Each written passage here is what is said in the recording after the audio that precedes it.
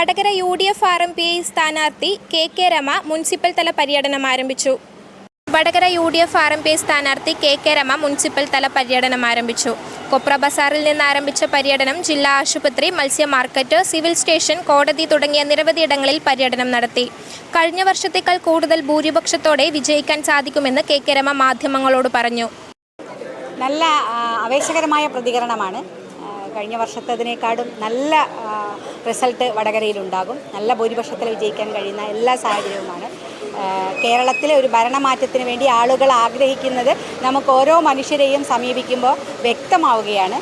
അതിൻ്റെ എല്ലാ പ്രതികരണങ്ങളും വടകരയിലുണ്ടാകും. News bureau, media Vadakara. വലിയ സന്തോഷങ്ങൾക്കിടയിൽ നഷ്ടപ്പെട്ടു പോകുന്ന ചില ചെറിയ ഇഷ്ടങ്ങളുണ്ട്. ബാല്യത്തിൽ എപ്പോഴോ എന്നോടൊപ്പം നടന്ന് എനിക്കൊപ്പം വളർന്ന ചില ഇഷ്ടങ്ങൾ. ആ ഇഷ്ടങ്ങൾ സ്വന്തമാക്കാൻ എന്നോടൊപ്പം എന്നും ഉണ്ടായിരുന്ന എന്റെ ഫാമിലി.